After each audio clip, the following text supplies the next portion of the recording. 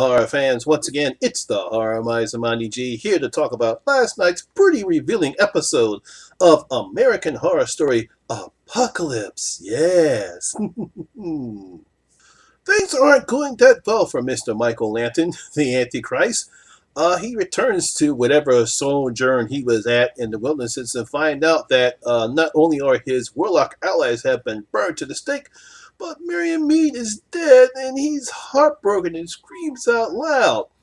He sees Cordelia there, and he says, "It doesn't matter, I can go back to hell and bring her back." But Cordelia says, "No, I put a spell. Her soul has been binded, and only I can break it. You've lost." It's actually, like I was saying before, she tells Michael that he's lost.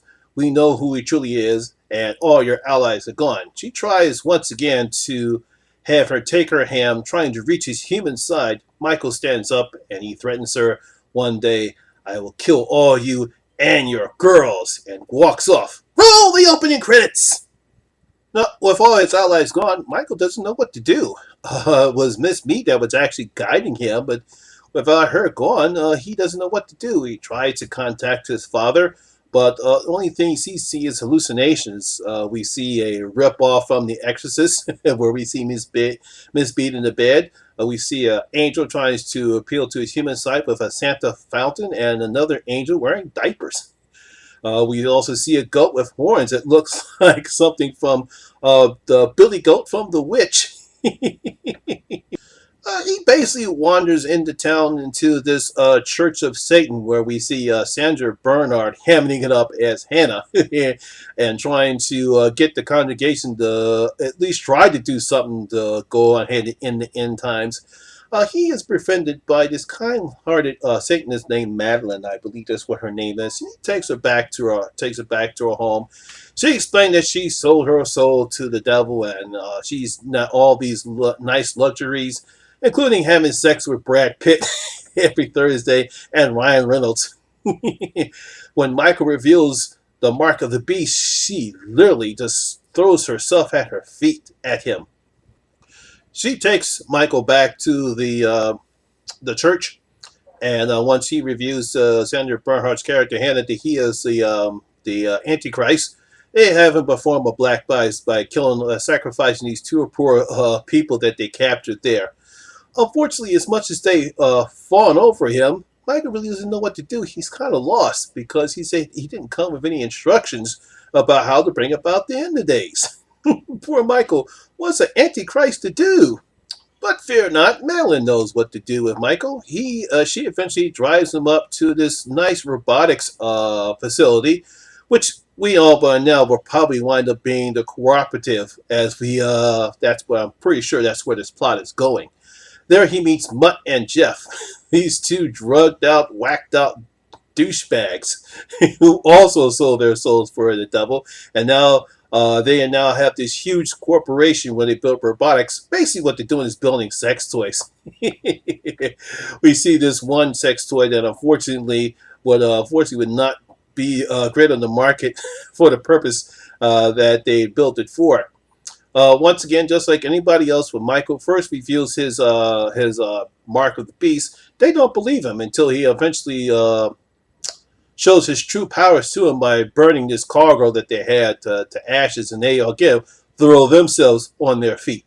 I really got to give it to Evan Peters, because once again, he really plays his role pretty good. I believe his character was Mutt or Jeff. I don't know which character he was, but he just hams it up playing this whacked out, drugged out, but pretty wise guy. He talked to Michael and trying to bring about how can he bring about the end days, and Michael tells him, well, the only person that he ever loved was the one that was guiding me, and then she's dead.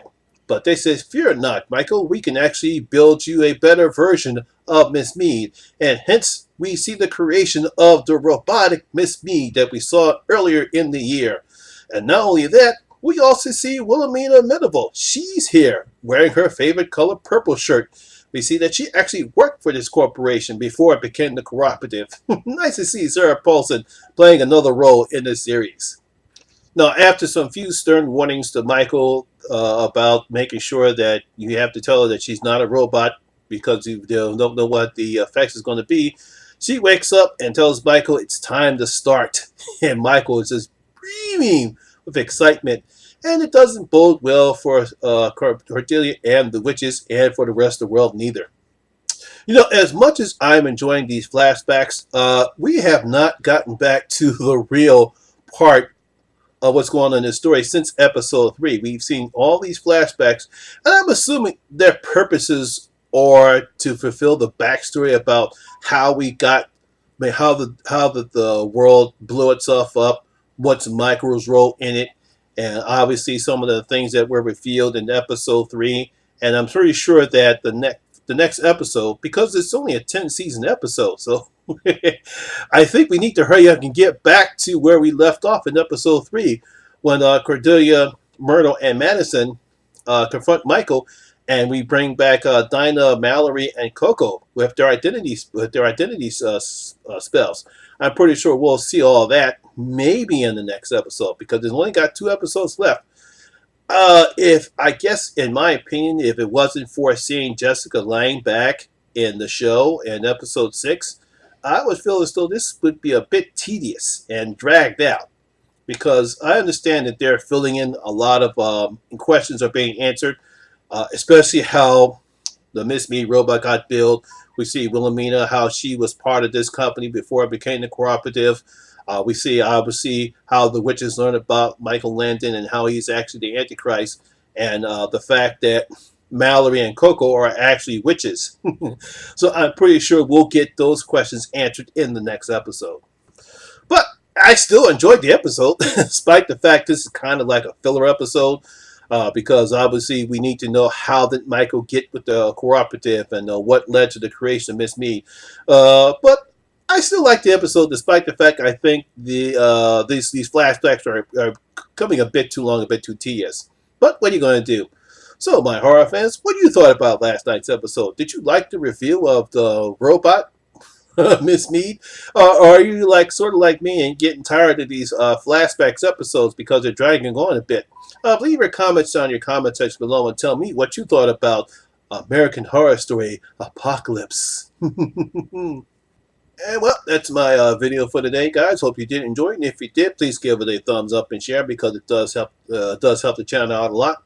And once again, if this is your first time here, please hit that subscriber button, ring that notification bell. That way you can come and enjoy the horror experience with me, the Horror Miser Monty G. And as always, all my social media links will be down in the description box below as well. Once again, my name is Lamont Smith, better known as the Horror Miser Monty G. And always remember, horror rules.